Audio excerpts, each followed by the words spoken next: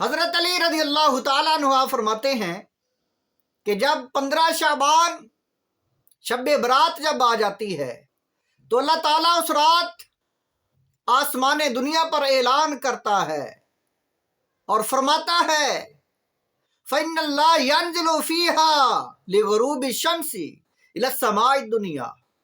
غروب شمس کے وقت جب سورج غروب ہو جاتا ہے اس وقت اللہ تعالیٰ آسمان دنیا پر اعلان کرتا ہے فَيَقُولُ أَلَا مِن مُسْتَغْفِرٍ، کیا ہے کوئی معافی مانگنے والا، کوئی بخشش مانگنے والا؟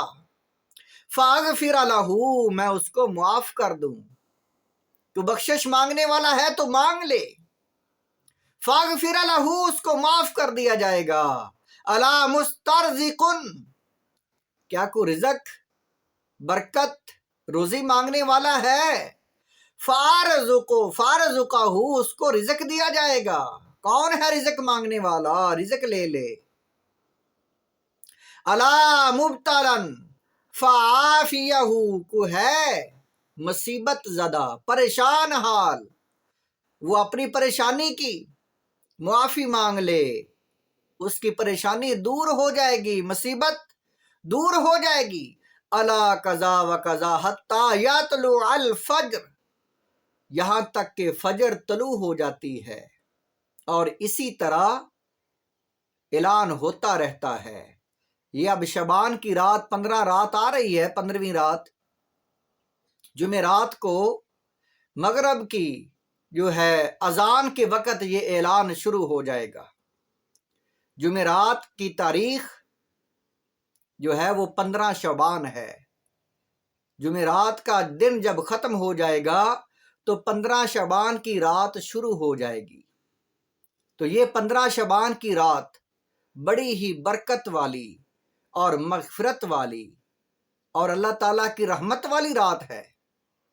فرمایا اس رات 15 شعبان کی رات اللہ تعالیٰ اعلان کرتا ہے کہ روزی مانگنے والا ہے تو روزی لے لے، کوئی معافی مانگنے والا ہے تو معافی لے لے۔ اگر کوئی انسان خیر و عافیت مانگنے والا ہے، ہر طرح کا اعلان ہوتا ہے خیر و بلائی کا۔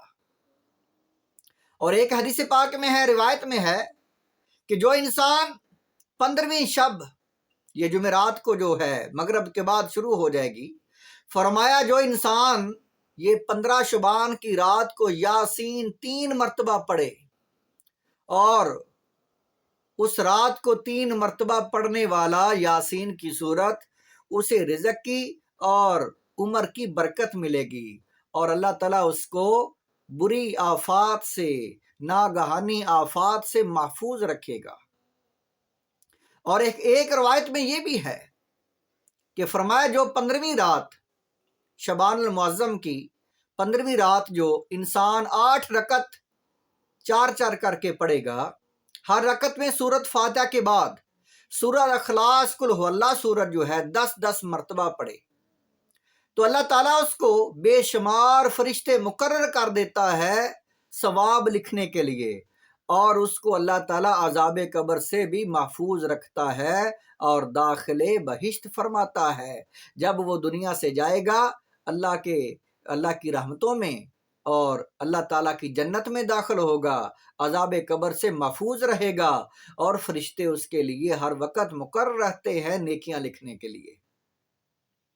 اور ایک روایت ہے 10 رکعت کی، فرمایا جو انسان، حضور علیہ الصلوۃ والسلام آپ نے فرمایا نزہۃ المجالس میں ہے کہ جو انسان 10 رکعت پڑھتا ہے اور 2 کر کے پڑھ لے، چاہے 4 کر کے پڑھ لے، ہر رکعت میں سورہ فاتحہ کے بعد قل هو اللہ احد 11 بار پڑھے، 11 مرتبہ قل هو اللہ احد ہر رکعت میں سورہ فاتحہ کے بعد، اس کے سارے ہی گناہ معاف ہو جاتے ہیں اور اس کی عمر میں برکت ڈال دی جاتی ہے، اس کی عمر لمبی ہو جاتی ہے۔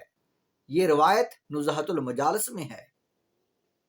اور قرآن پاک میں اللہ تعالیٰ نے اس رات کے متعلق ارشاد فرمایا، سورہ دخان میں اللہ تعالیٰ نے فرمایا، سورہ دخان اور پارہ نمبر 25 ہے، حامیم والکتاب المبین، قسم ہے اس روشن کتاب کی، انا انزلناہ فی لیلۃ مبارکہ، بے شک ہم نے اس کو برکت والی رات میں اتارا، اور روایت میں آتا ہے کہ یہ رات ہے، یہ 15 شعبان کی رات۔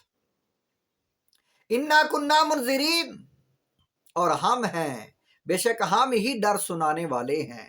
فیہا یفرق کل امر حکیم، اس رات کام بانٹ دیے جاتے ہیں، فرشتوں کی ڈیوٹیاں لگتی ہیں، فرشتوں کے سپرد کام کیے جاتے ہیں، مرنے والوں کی فہرست جاری ہو جاتی ہے، اور رزق والوں کی، حاجیوں کی فہرست، جن کی شادی ہونی ان کی فہرست، یعنی مختلف کام بانٹ دیے جاتے ہیں۔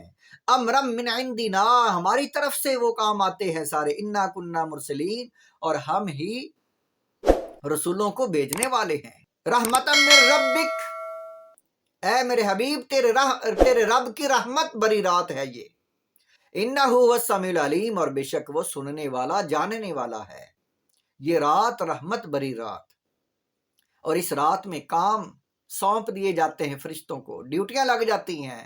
حضور علیہ الصلوۃ والسلام، حضرت عائشہ صدیقہ فرماتی ہیں کہ میں نے عرض کی یا رسول اللہ، آپ اکثر شبان کے روزے زیادہ تر جو ہے وہ زیادہ روزہ دار رہتے ہیں، روزے کثرت سے رکھتے ہیں، کیا وجہ ہے؟ تو آپ نے فرمایا اے عائشہ، میں اس وجہ سے کثرت سے روزے رکھتا ہوں کہ اس رات فرشت بن جاتی ہے، جنہوں نے دنیا سے جانا ہے، جنہوں نے آنا ہے، اور کام فرشتوں کے سپرد کر دیے جاتے ہیں۔ تو میں اس لیے کثرت سے روزے رکھتا ہوں کہ جب میرا نام ان میں لکھا جائے تو میں روزے کی حالت میں ہوں۔